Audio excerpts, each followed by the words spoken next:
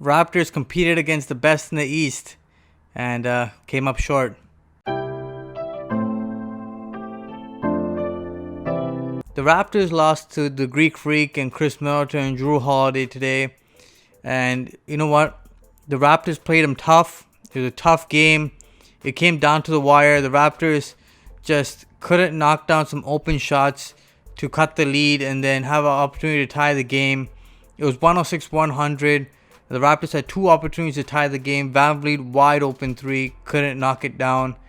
And then the lead just went up and down from there. Raptors cut it to about 7 and then 4 and then couldn't get any closer than that. And it was just the Raptors couldn't make the open shot when they needed to, and it just seemed like the Bucks just had the Raptors' answer every time. Whether it was Chris Middleton, who almost had a triple-double tonight, 24, 10, and 7. And then Giannis with a huge double-double. And, Drew Holiday, he made the baskets when they needed it. And he found guys all game long. 7 points, 7 rebounds, 7 assists. And his defense, how he stripped VanVleet near the end of the game. It was dirty. And, man, it was just tough to beat these guys. And the differences in this game are very minor, but they're important.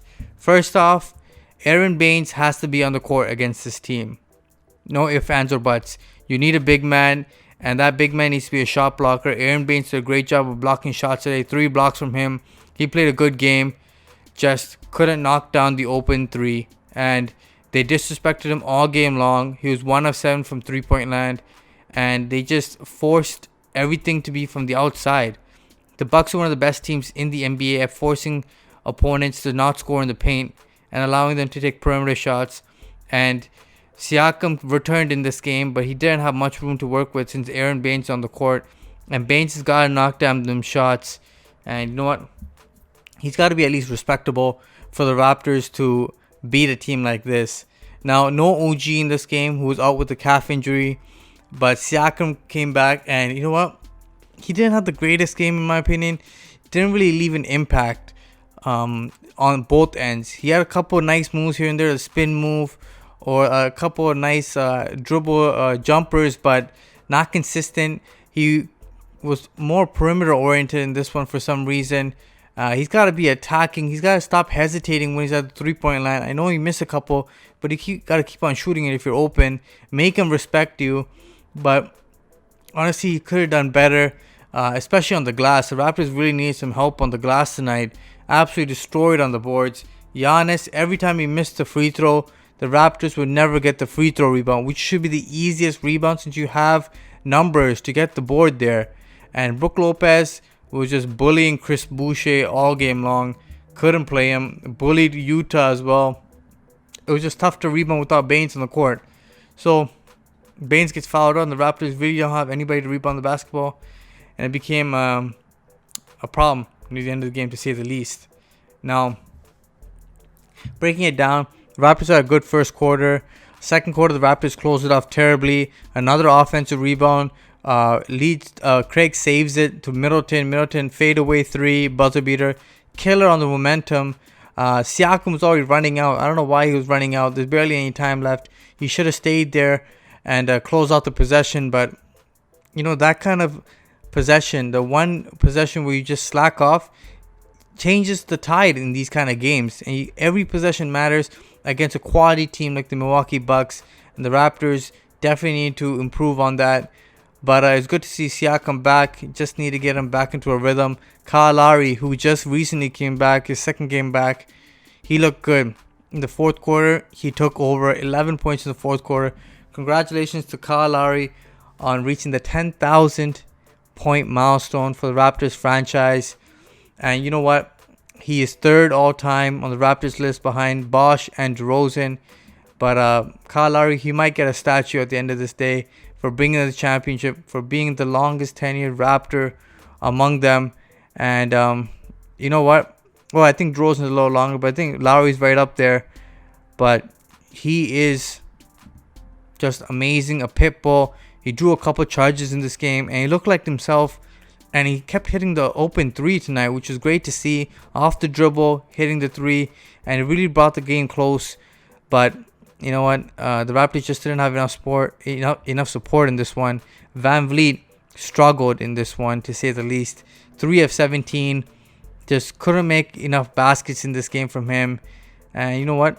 It happens when you're guarding Drew Holiday, you're guarding the better players all in there, but he's got to make some open shots, even when you're tired. That's what makes a good player into an all-star.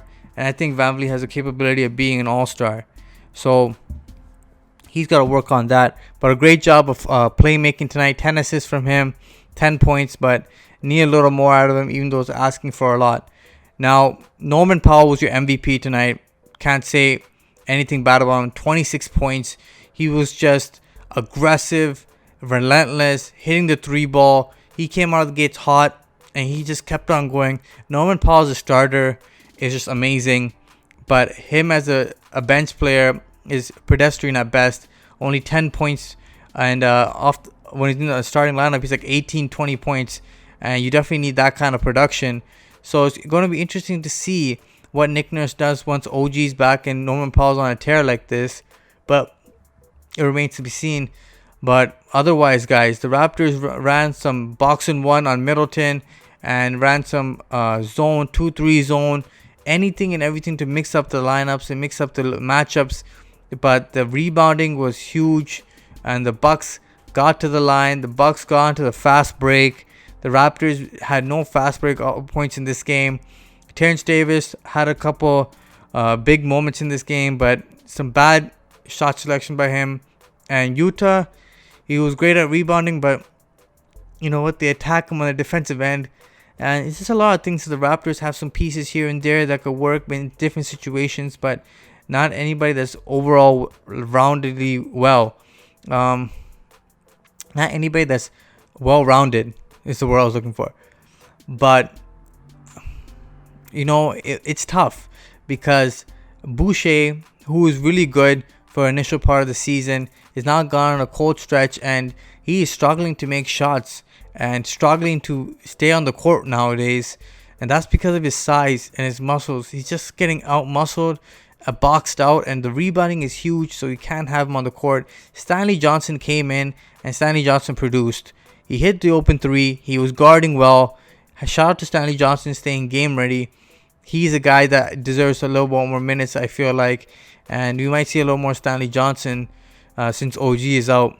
But you know what? It was a tough game against a team in the Milwaukee Bucks who are healthy and who are playing well right now. They're number one in the NBA in offensive scoring. So the Raptors, you know what? You got to take the good from the bad. And the Raptors really played hard this game. They played them tough. But a 7-point loss at the end of the day. The Raptors lost most of the categories today in terms of scoring, 3-point scoring. The Raptors lost most of the categories on tonight. The free throw margin, the field goal percentage, the rebounding, the assists. A lot of categories the Raptors really did poorly in. They did stick around the game due to the 22 threes in this one. But you know what? The Raptors still go through these huge droughts where they just can't seem to find a basket. And it was about 5 to 6 minutes for the Raptors unable to score. And if it was for Norman Powell, I don't think the Raptors would have scored for another like 2-3 minutes. And those are those moments where Nick Nurse got to drop some time, some out of timeout plays, or call a timeout at that time. It just seems like the Raptors didn't have any lift in them, and that was a crucial part of the game where the Raptors really could have taken advantage of their exceptional defense, and they were shutting down the Bucks at a point. But the Raptors were up, I think, like 5 or 7 points at this point, and then the Raptors go on a drought, and then the Bucks go up double digits, and it was just like a 16-3 run by them, and the Raptors just couldn't get anything going.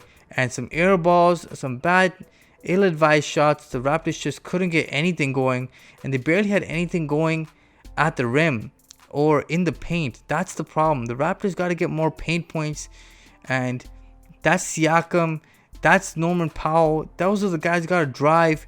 And you know, Aron Baynes had a couple good looks right inside, just couldn't make them. if he's a little more consistent inside, then we can dump it off to him.